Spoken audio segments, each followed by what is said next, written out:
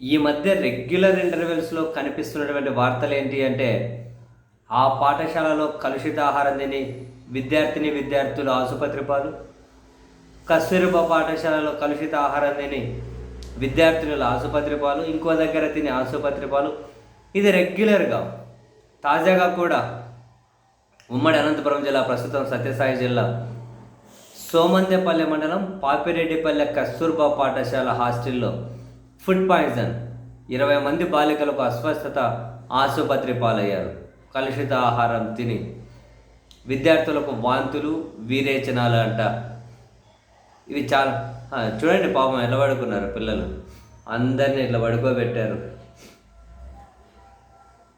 పడుకోబెట్టారు పిల్లలకు చెక్ చేస్తున్నారు. వాంతులు, వీరేచనాలంట.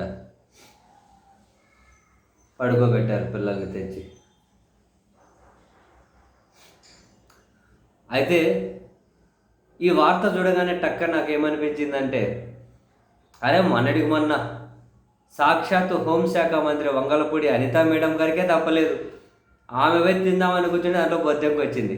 సరే మేడం, అది బొద్దెంక కాదు, వెంట్రుక అని ఏదో కవర్ చేసుకున్నాం.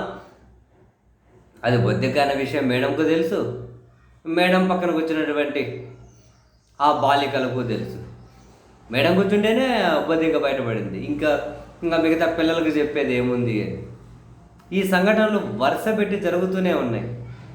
ఎందుకు ప్రభుత్వం అంటే వీటి మీద కాన్సన్ట్రేట్ చేస్తుందా, ఎందుకు ఇలా జరుగుతుంది అని చెప్పి ఏమైనా నివేదికలు తెప్పించుకున్నారా? ఇటువంటివి రిపీట్ కాకుండా ఏమైనా కనుక పగడ్బందీగా చర్యలు తీసుకుంటూ ఉన్నారా?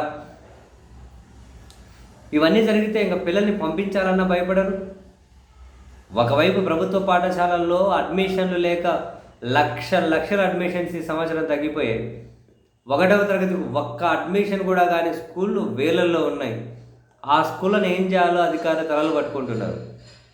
ఇప్పుడు పాపం ఈ పేద విద్యార్థుల కోసం కేటాయించినటువంటి పనిచేసినటువంటి ఇటువంటి హాస్టళ్లలో కూడా ఇలాంటి ఫుడ్ పాయిజన్లు, వాళ్ళ ఆసుపత్రి పాలైతే అరే 1-2 సార్లు కాదబ్బా, రెగ్యులర్ ఇంటర్వెల్స్లో మనం వింటూనే ఉన్నాం.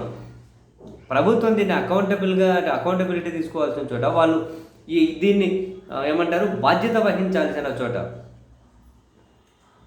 తప్పు జరిగింది కాకుండా చూసుకుంటాము అని చెప్పి పిల్లలతో ఆటలేంటండి బాబు.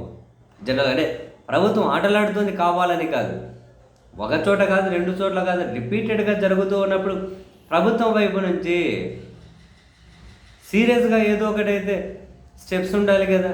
ఇప్పుడు హోంశాఖ మంత్రి గారు కదా, తినలేదు కాబట్టి బొద్దింకర వెంట్రుక అన్నారు. ఈ పిల్లలు తిన్నారు కాబట్టి పాపం ఆసుపత్రి పాలయ్యారు, వాంతులు, వీరేచనాలతో. ఎన్ని రోజులు డైవర్షను, ఎన్ని రోజులు కవర్ డ్రైవులు. అసలు ప్రభుత్వం నిజం చెప్పాలి అంటే దేని మీద అయితే దృష్టి పెట్టాలో దాని మీద కాకుండా అందరికీ ఏం కావాలి, విద్య మీద దృష్టి పెట్టాలి ప్రభుత్వాలు, వైద్యం మీద దృష్టి పెట్టాలి, ఆరోగ్యం మీద దృష్టి పెట్టాలి. దీని మీద ఎక్కడ సీరియస్గా ప్రభుత్వం దృష్టి పెట్టినట్లు లేదు. కాదుకూడదని కూడా అమరావతి అనేది ఒకటి వినిపిస్తూ ఉంటుంది, రెడ్ బుక్ అనేది ఒకటి వినిపిస్తూ ఉంటుంది, కేసులు, కక్షలు, అరెస్టులు, రిమాండ్లు, ఇవి తప్ప మనకి ఇంకేమీ కనిపించడం లేదబ్బా.